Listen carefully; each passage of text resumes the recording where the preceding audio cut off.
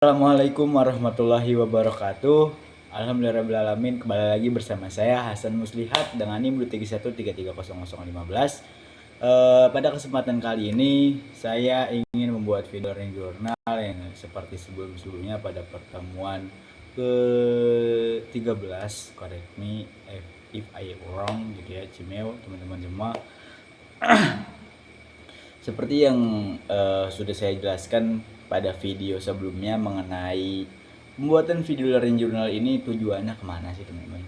Tujuan daripada pembuatan video learning journal ini yaitu saya pribadi ingin mereview kembali atau mengulas kembali apa yang sudah dijelaskan oleh teman kelompok saya, yaitu kelompok 3, yang dimana pada pertemuan kemarin mereka itu membahas mengenai menulis keren di media massa gitu ya, menganalisis anatomi berita dan artikel.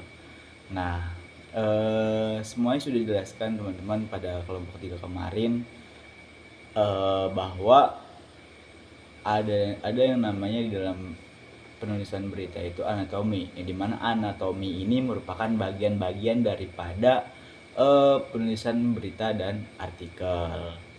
Nah teman-teman, kita langsung saja kita review apa yang sudah dijelaskan langsung oleh kelompok 3 kemarin.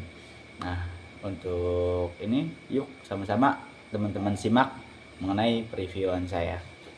Nah kelompok 3 kemarin itu sudah menjelaskan ya teman-teman, seperti yang sudah saya bilang sebelumnya terkait menulis keren di media massa, menganalisis anatomi berita dan artikel. Nah langsung kita masuk kepada pembahasan yang pertama teman-teman, bahwa kelompok 3 kemarin itu sudah menjelaskan mengenai anatomi berita, kemudian dilanjut dengan anatomi artikel. Nah sebelum itu saya ingin membahas mengenai anatomi berita ini. Nah teman-teman, terkait daripada anatomi berita ini itu ada beberapa bagian yang sudah dijelaskan oleh kelompok 3 kemarin. Yang pertama yaitu judul atau headline, di mana headline ini merupakan bagian penting daripada anatomi berita, karena headline ini merupakan acuan untuk audiens membaca berita tersebut gitu. Yang kedua itu ada teras berita, di mana teras berita ini adalah bagian awal daripada berita tersebut gitu.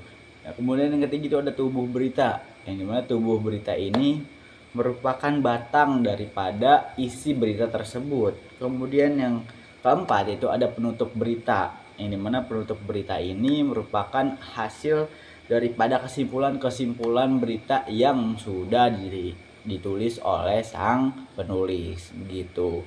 Nah kemudian yang selanjutnya itu ada sumber berita. Nah kita harus jelas nih, seorang jurnalis itu ketika ingin menyampaikan sebuah berita itu sumbernya harus jelas gitu. Ini sumbernya dari mana, berita ini sumbernya dari mana, itu seorang jurnalis harus mencantumkan sumber tersebut, karena sumber tersebut bisa digunakan sebagai hasil daripada aktualisasi atau akurat keinformasian gitu. Selanjutnya itu ada unsur visual dan multi platform gitu ya, dimana yang poin yang terakhir ini merupakan adanya unsur-unsur visual, yang dimana visual ini menjadi gambaran, menjadi sebuah poin terakhir dalam anatomi berita, karena audiens ingin melihat gambar daripada atau gambaran bagaimana berita itu, bagaimana sebuah peristiwa itu terjadi gitu. Dan multi platform ini itu tidak hanya di web saja, akan tapi bisa di platform-platform lain seperti TikTok, kemudian Instagram, kemudian platform-platform yang nampaknya dirasa bisa menyebarkan berita gitu. Kita masuk ya teman-teman kepada anatomi artikel. Setelah saya sudah menjelaskan mengenai anatomi berita, kita masuk kepada anatomi artikel. Nah mengenai anatomi artikel ini itu flow-nya sama teman-teman, atau alurnya sama, berisi judul, kemudian pembuka ini adalah lead atau paragraf, yang dimana sebagai, kalau di berita mah sebagai teras berita gitu. Kemudian yang ketiga itu ada gaya bahasa, yang dimana yang keempat, mohon maaf, yang ketiga ini ada tubuh artikel, yang dimana tubuh artikel ini adalah bagian daripada isi si artikel tersebut gitu. Kemudian yang keempat itu ada gaya bahasa, yang dimana kalau kita bisa membedakan antara berita dan artikel, yang dimana artikel ini mempunyai gaya bahasa yang sangat ringan dan juga fleksibel dan juga menarik gitu, sehingga para pembaca tidak bosan untuk membaca artikel tersebut gitu. Kemudian yang kelima itu ada kesimpulan dan penutup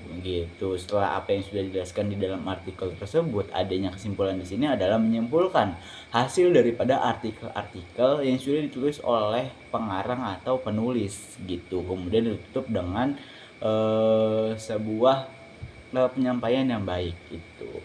Kemudian yang ketujuh, yang selanjutnya yaitu ada identitas penulis. Nah, bedanya dengan artikel berita dan artikel di sini, artikel di sini itu identitas penulis itu menjadi anatomi gitu, menjadi hal-hal yang memang seharusnya penulis dalam artikel ini mencantumkan identitasnya, karena biar audiens melihat nih siapa yang menulis dari artikel tersebut gitu.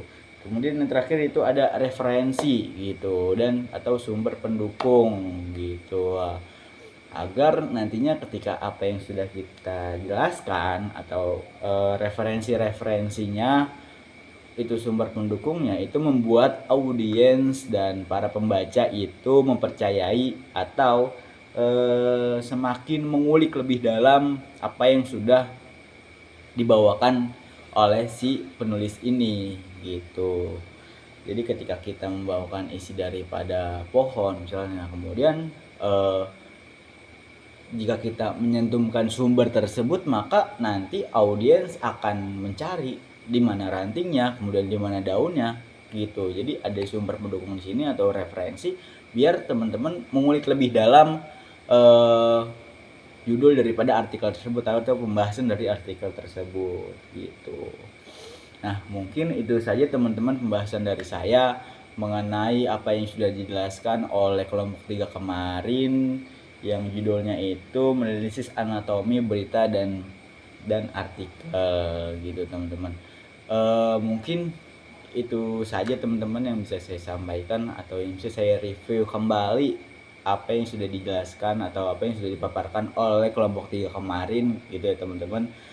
Saya harap di kesempatan berikutnya saya bisa menjelaskan dan memberikan review yang terbaik tentunya dari apa yang sudah dijelaskan oleh kelompok selanjutnya begitu, dapat dipahami dengan teman-teman